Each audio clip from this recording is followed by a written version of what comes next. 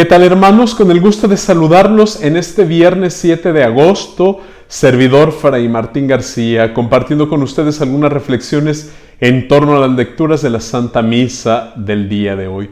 Comenzamos pues escuchando la lectura del libro del profeta Nahum. Ya viene por el monte el mensajero de buenas noticias que anuncia la paz. Celebra tus fiestas, Judá, y cumple tus promesas, porque el malvado no te volverá a invadir, pues ha sido aniquilado. El Señor restaurará la viña de Jacob, que es el orgullo de Israel. Los invasores la habían devastado, habían destruido sus sarmientos. En cambio, ay de ti, Nínive, ciudad sanguinaria, toda llena de mentiras y despojos, que no ha cesado de robar. Escucha el chasquido de los látigos y el estrépito de las ruedas, los caballos que galopan, los carros que saltan y la caballería que avanza. Mira el llamear de las espadas y el centellear de las lanzas.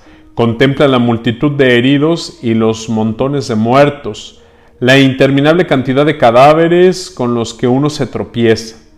Arrojaré inmundicias sobre ti, te deshonraré y te expondré a la vergüenza pública, y todo el que te vea huirá de ti y dirá: Nínive está destruida.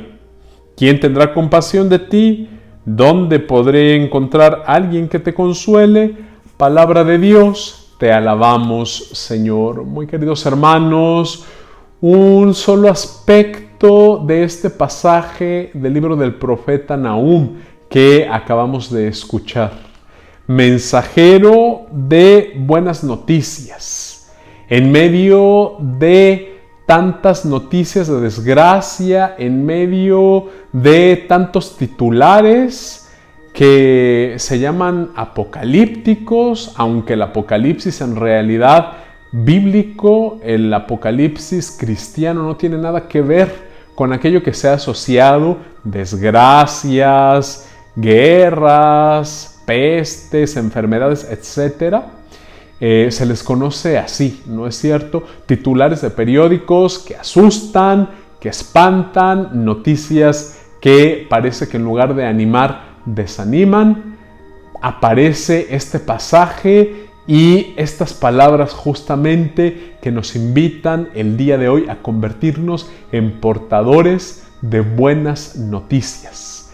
Hermanos, ¿de dónde nace el hecho de ser portadores de consuelo, de ser portadores de esperanza, de ser portadores de buenas nuevas, de ser portadores de júbilo, de ser portadores de una eternidad? No nace de una vana ilusión, no nace para tranquilizar a los demás con palabras que resuenen pero que no tienen ningún eco. Todo lo contrario, muy queridos hermanos, nuestro mensaje está llamado a estar enraizado en el encuentro con la palabra de Dios. Este encuentro con la palabra de Dios tiene que ser un encuentro con un Dios vivo, con un Dios verdadero, con un Dios actuante, con un Dios que se dirige hacia mí, que me dirige un mensaje, que habla a mi persona.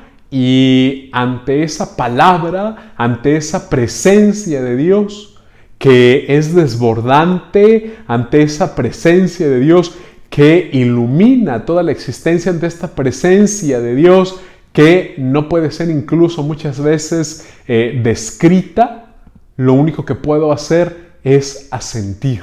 Lo único que puedo decir es sí. Lo único que puedo decir es: aquí estoy, Señor. Y de allí brota nuestro mensaje de buenas nuevas. Lo que hace un profeta no es hablar de sí mismo, no es hablar de aquello que está creyendo, no habla de aquello que se está imaginando, no habla de aquello que está suponiendo, no habla de prejuicios, habla de la propia experiencia profunda que ha tenido con Dios. Y esa experiencia, en medio de las desgracias, le dice al pueblo: conviértete, cree en tu Dios. Y una vez que te has convertido y crees en Dios, mantén tu firmeza, mantén la esperanza, mantente de pie, mantente con ánimo, porque Dios está en medio de ti. Dios no te abandona, Dios viene hacia ti. Escuchemos,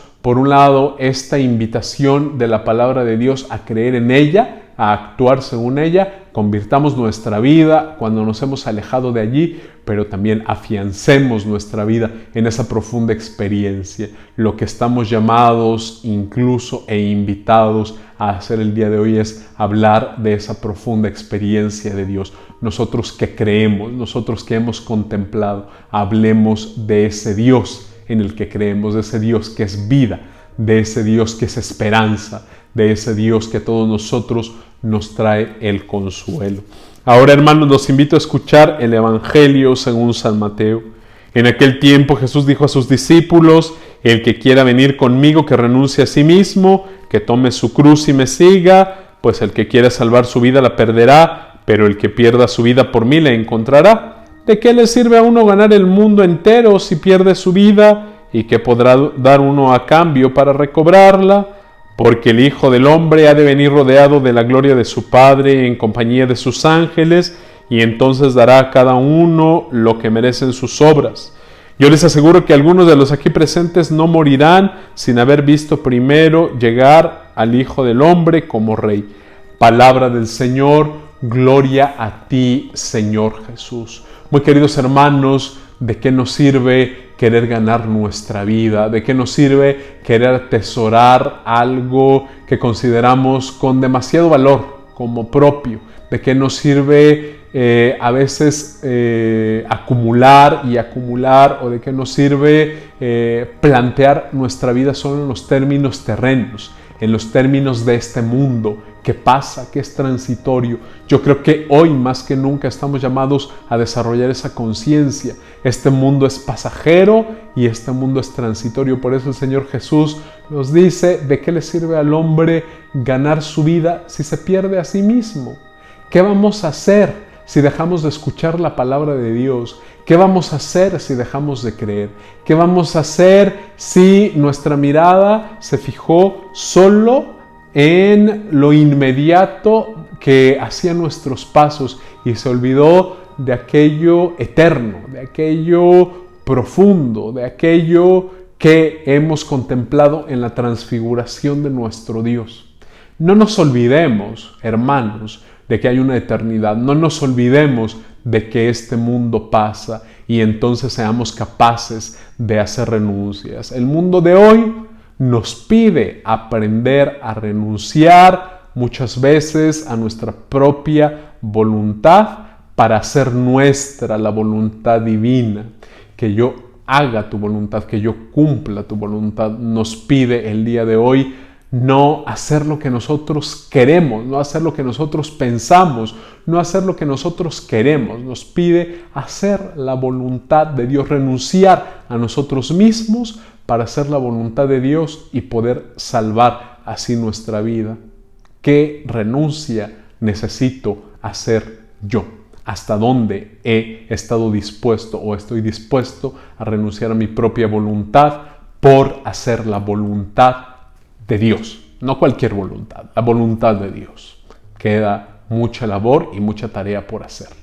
Hermanos, que todos tengan un buen día.